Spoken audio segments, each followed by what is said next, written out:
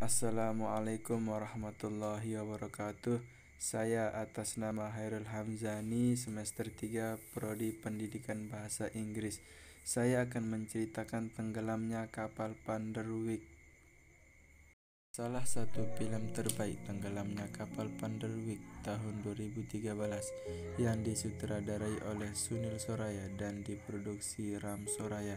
Film ini diadaptasi dari novel berjudul sama karangan Buya Hamka yang mengisahkan tentang perbedaan latar belakang sosial yang menghalangi hubungan cintanya sepasang kekasih, diperankan Pevita Pierce sebagai Hayati dan Herjunot Ali sebagai Zainuddin dan Reza Rahardian sebagai Aziz. Film ini bermula saat Zainuddin sejak kecil sudah menjadi yatim piatu. Dia tinggal dengan Mak Base, pengasuh yang merupakan teman dari ayahnya.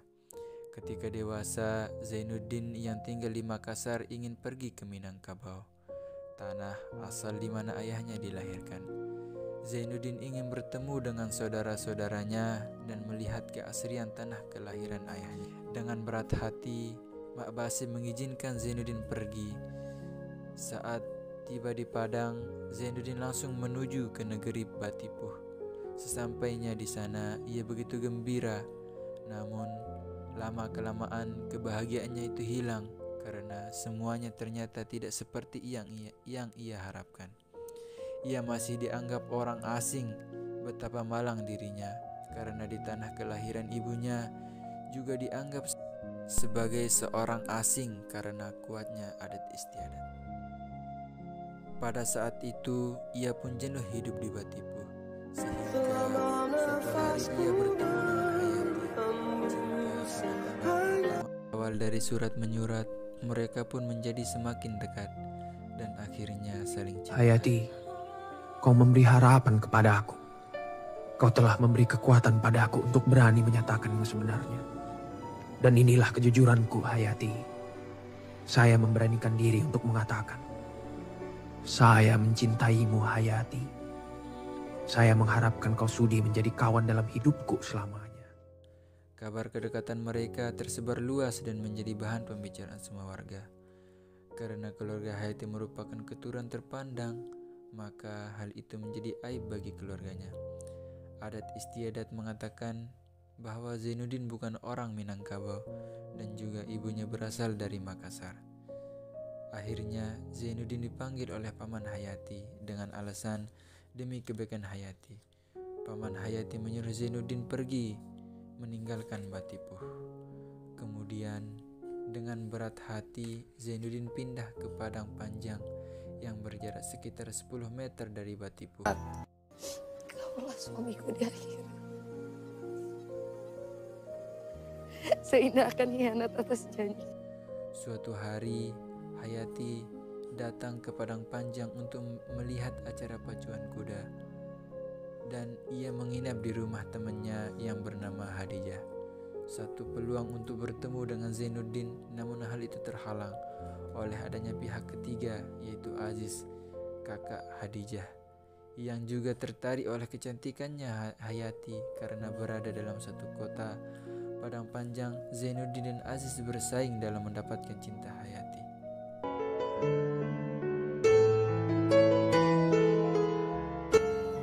Mak Basi meninggal dan mewariskan banyak harta kepada Zainuddin.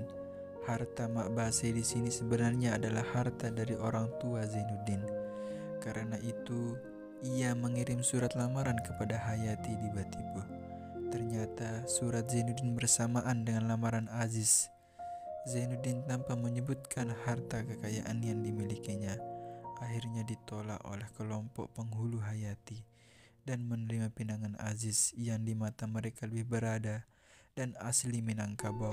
Dan dengan berat hati, Hayati pun memilih Aziz sebagai suaminya.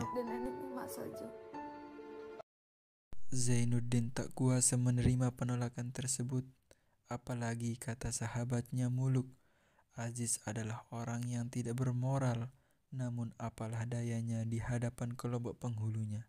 Setelah penolakan dari Hayati, Zainuddin jatuh sakit selama 2 bulan. Atas bantuan dan nasihat Muluk, Zainuddin dapat merubah pikirannya. Berhentilah bersedih begini, Engku. Yang terjadi sudahlah terjadi. Cinta bukan mengajarkan kita untuk menjadi lemah, tapi membangkitkan kekuatan. Tunjukkan pada perempuan itu bahwa engkau tidak akan mati lantaran dibunuhnya. Benar segala perkataanmu, Bang Muluk.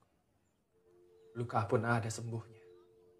Mulai sekarang, saya akan memperbaiki jalan pikiran saya kembali. Bersama Muluk, Zainuddin pergi ke Jakarta. Di sana, Zainuddin mulai menunjukkan kepandaiannya menulis dengan nama samaran Z, Zainuddin. Kemudian berhasil menjadi pengarang yang amat disukai pembacanya. Ia mendirikan perkumpulan Tonil Andalas dan kehidupannya telah berubah menjadi orang terpandang karena pekerjaannya. Zainuddin melanjutkan usahanya di Surabaya dengan mendirikan penerbitan buku. Karena pekerjaan Aziz dipindahkan ke Surabaya, Hayati pun mengikuti suaminya. Suatu kali, Hayati mendapatkan sebuah undangan dari perkumpulan sandiwara yang dipimpin dan disutradarai oleh Tuan Zabir atau Z. Karena ajakan Hayati, Aziz bersedia menonton pertunjukan itu. Di akhir pertunjukan, baru mereka mengetahui bahwa Tuan Zabir atau Z adalah Zainuddin. Hubungan mereka tetap baik dan juga hubungan Zainuddin dengan Aziz. Tuan Zainu. Zabir, sudah tidak ada lagi nama kamu. Kurang cocok dengan diri. Semenjak mereka hijrah ke Surabaya, semakin lama watak Aziz semakin terlihat. Juga ia suka berjudi dan main perempuan. Kehidupan perekonomian mereka semakin memprihatinkan dan terlihat banyak utang. Mereka diusir dari kontrakan dan mereka terpaksa menumpang di rumah Zainuddin.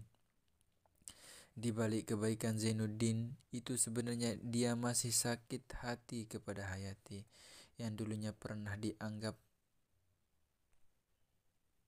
dianggapnya pernah ingkar janji. Karena tak kuasa menanggung malu atas kebaikan Zainuddin, setelah sebulan tinggal serumah, Aziz pergi ke Banyuwangi mencari pekerjaan dan meninggalkan istrinya bersama Zainuddin. Beberapa hari kemudian diperoleh kabar bahwa Aziz telah mencarikan Hayati.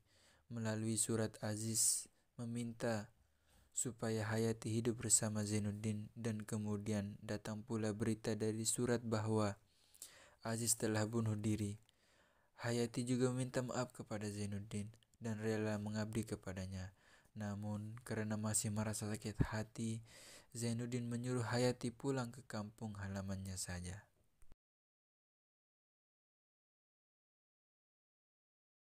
Maaf, kau regas segenap pucuk pengharapanku. Kau patahkan, kau minta maaf.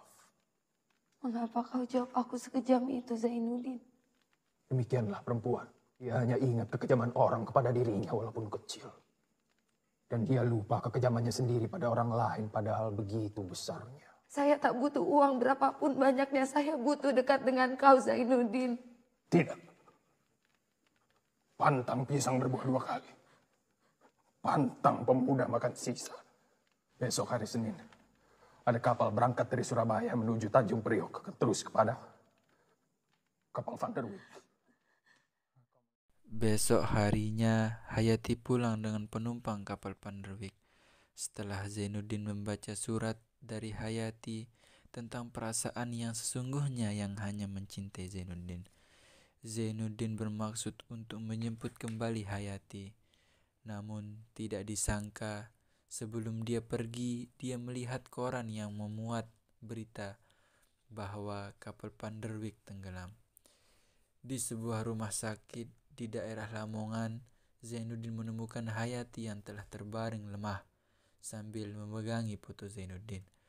Dokter tidak dapat menyelamatkan Hayati karena kondisinya sangat parah. Dan hari itu adalah pertemuan terakhir mereka karena setelah Hayati berpesan kepada Zainuddin, Hayati meninggal dalam dekapan Zainuddin.